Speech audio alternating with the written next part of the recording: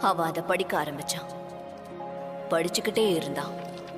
தொடர்ந்து படிச்சுக்கிட்டே இருந்தான். அந்த புத்தகத்துல இருந்து அவனோட கண்களை விளக்க முடியல. அந்த புத்தகத்தை இரவு முழுக்கவும் அவன் படிச்சுக்கிட்டே இருந்தான். 2 நாட்கள் ஆகியும் அவன் படிச்சுக்கிட்டே இருந்தான். அவன் அந்த புத்தகத்தை எவ்வளவு படிச்சானோ அந்த அளவுக்கு அந்த புத்தகத்தை பத்தியும் தெரிஞ்சுக்கிட்டான். நல்லது கெட்டதை பத்தி சிந்திக்கவும் ஆரம்பிச்சான். அது அவனுக்கு மிகப்பெரிய சுமையை கொடுத்தது.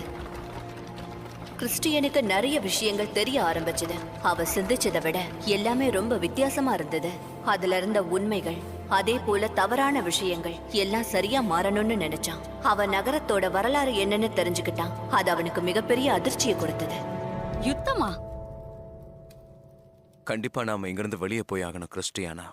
இந்த புத்தகத்துல அப்படிதான் சொல்லப்பட்டிருக்கு. எனக்கு இது மேல நம்பிக்கை இருக்கு. நான் இதை நம்புறேன்.